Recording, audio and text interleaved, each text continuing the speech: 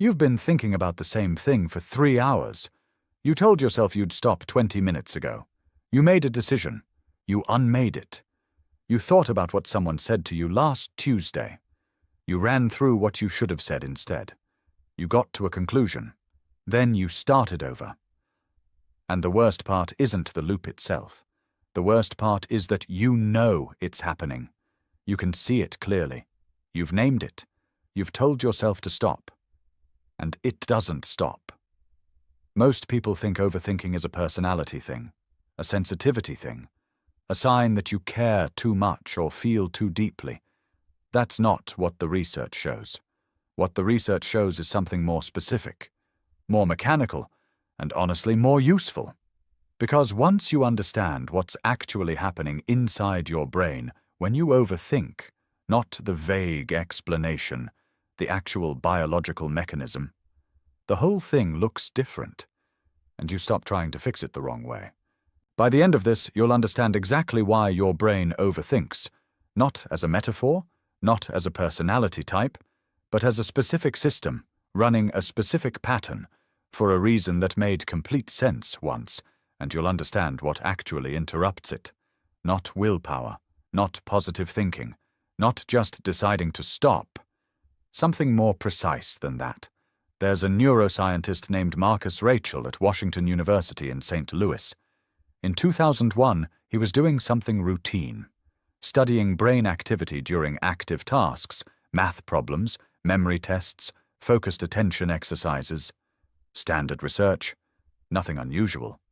But then he looked at what happened when the subject stopped, when they weren't doing anything, when they were just resting, mind drifting. No task, no instruction, no focus required.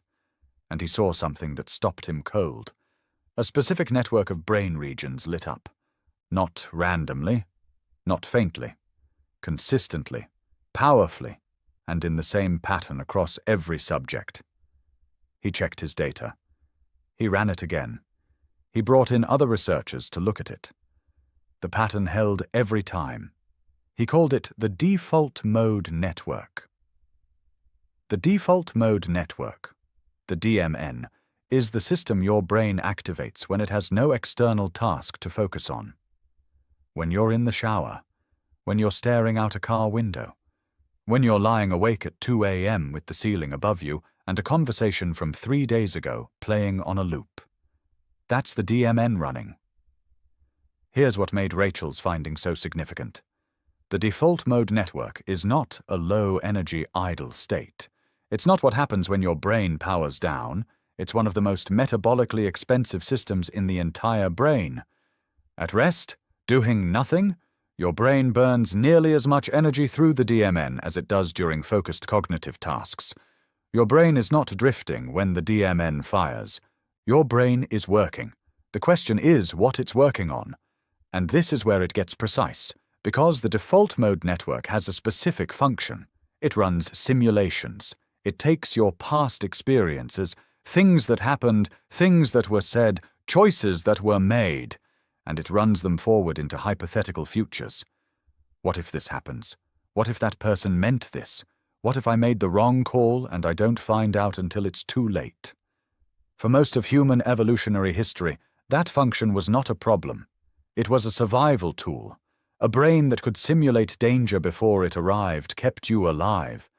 The person who lay awake at night running through what the predator might do next, where it might be hiding, what it might do differently tomorrow, survived more often than the one who didn't. Simulation was not anxiety. Simulation was preparation.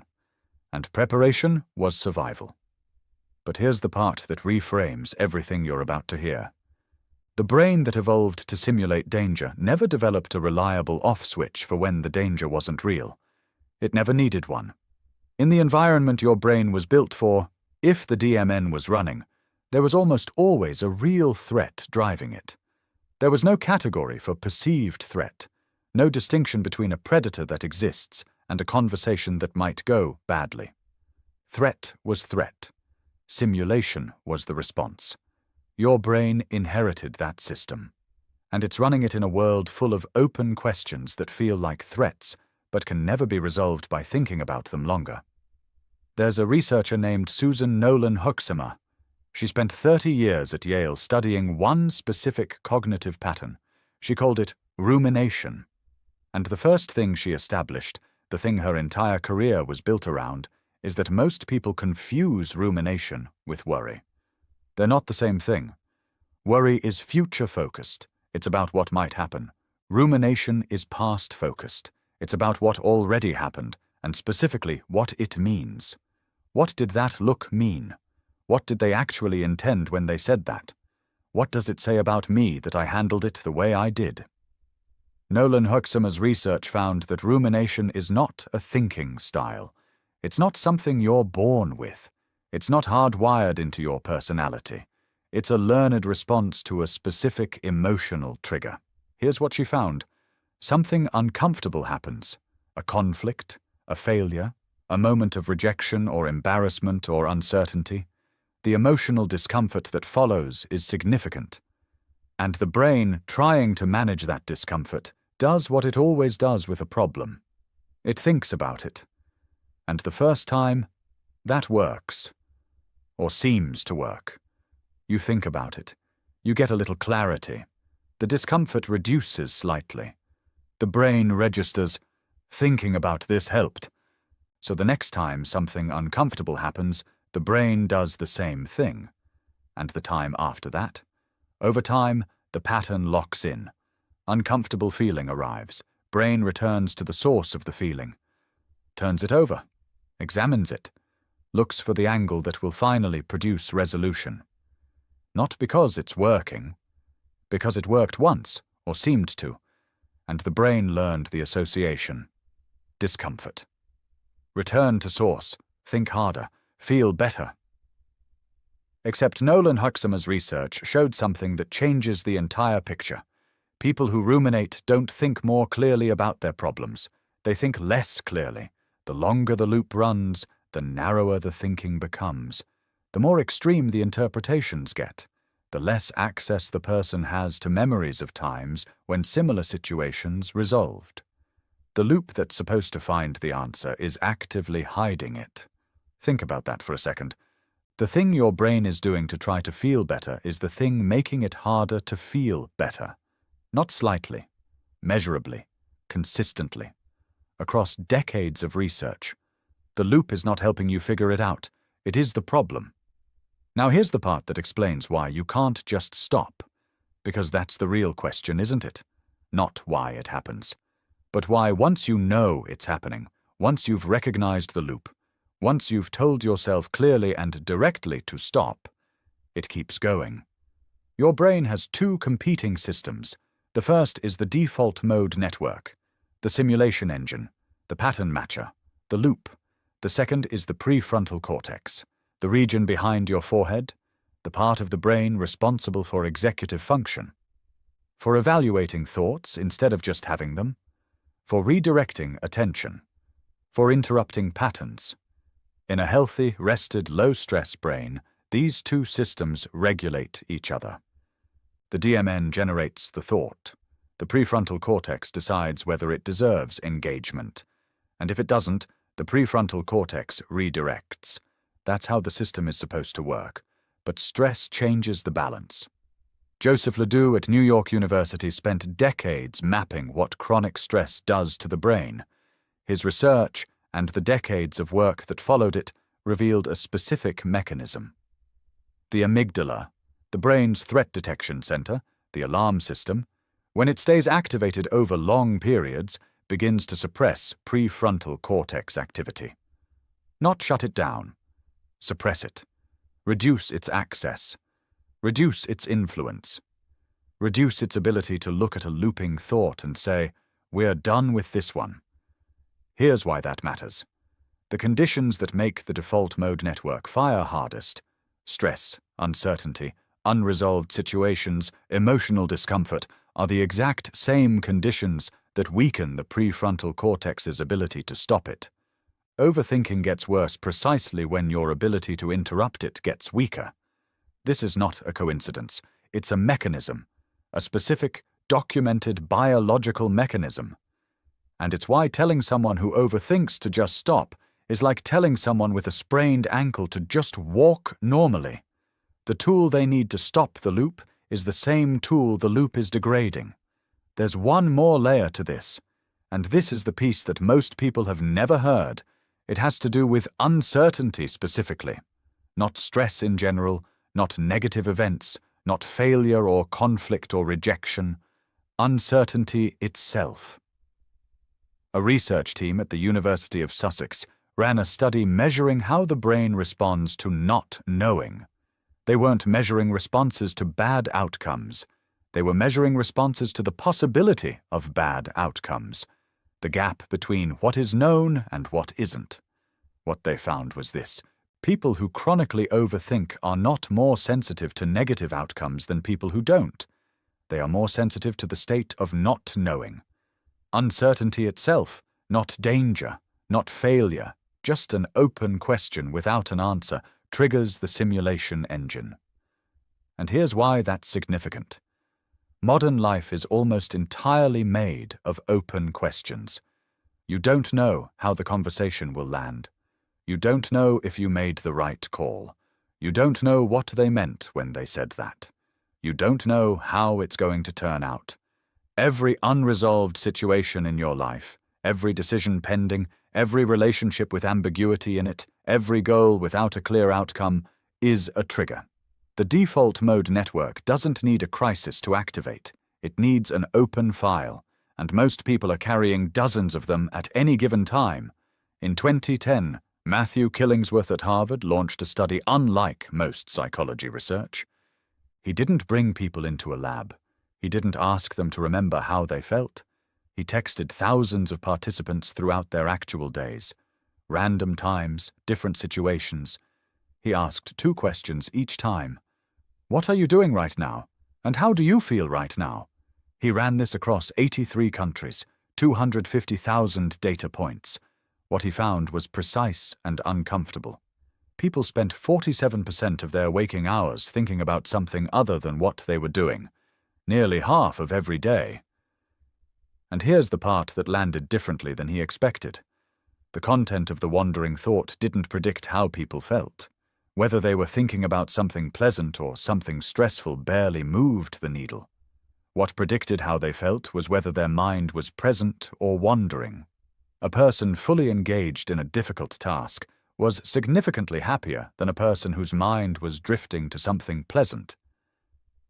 The wandering mind is not a resting mind. It is an unresolved mind, and the cost of carrying it isn't measured in minutes.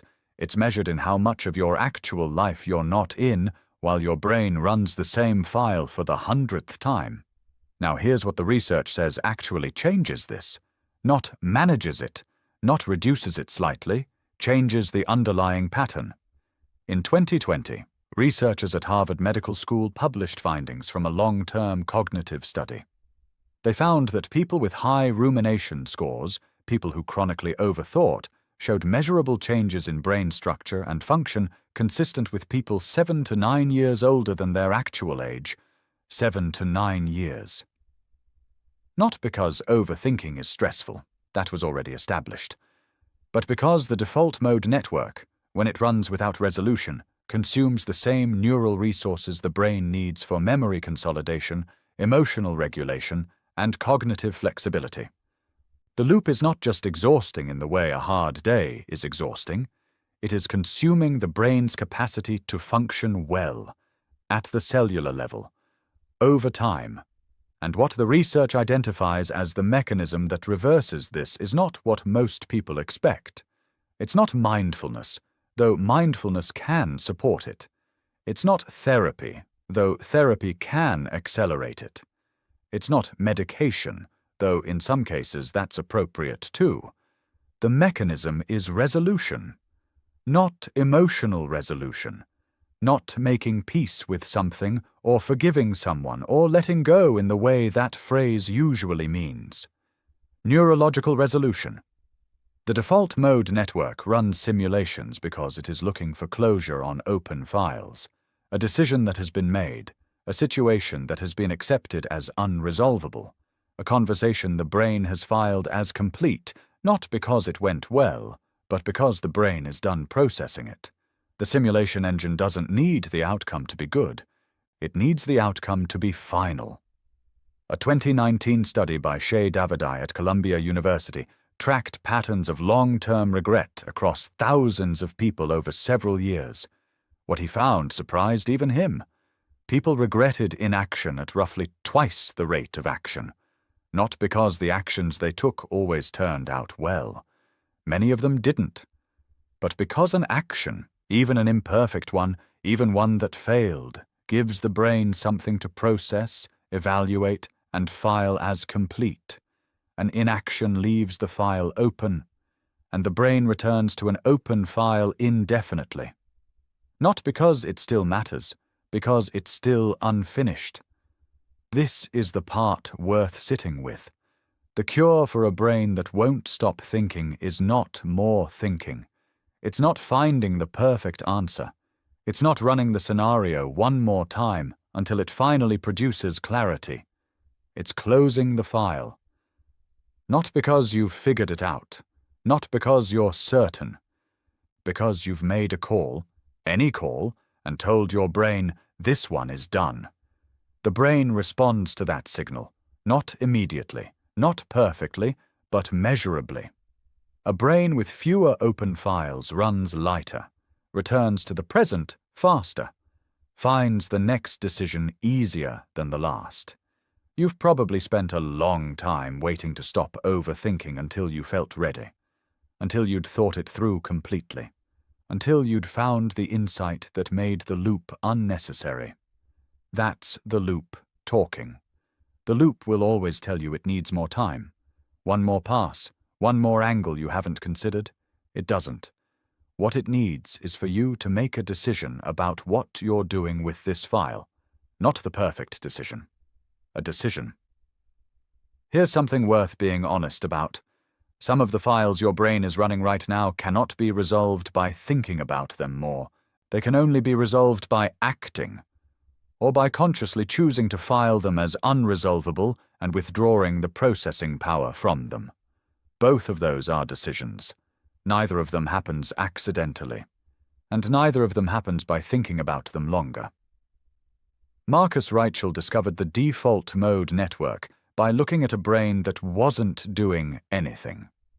What he found was a system working harder than almost anything else the brain does, running simulations, replaying scenarios, searching for closure on every unresolved situation it was carrying. That system is running in you right now. It was running before you clicked on this video. It'll be running when you close it. But now you know what it is. You know why it's there. You know what it's doing. You know what weakens the system that's supposed to regulate it. You know what the research shows actually changes the pattern. And you know that the answer was never to think harder. It was always to close more files. Start with one, not the biggest one, not the most complicated one, the one that's been running the longest on the least amount of new information. Make a call on it, any call, and tell your brain, that one's done. See what happens next. If the real research behind how your mind works matters to you, not the surface version, not the 10 habits list, subscribe. Every video on this channel takes one thing you feel every day and shows you what's actually happening underneath it. The mechanism, the biology, the documented research that most people never hear about. No noise, no filler. The next video is directly connected to what you just watched. It's about why your brain makes worse decisions as the day goes on, and why the explanation has nothing to do with how hard you worked. That one's worth staying for. Hit subscribe before you keep scrolling.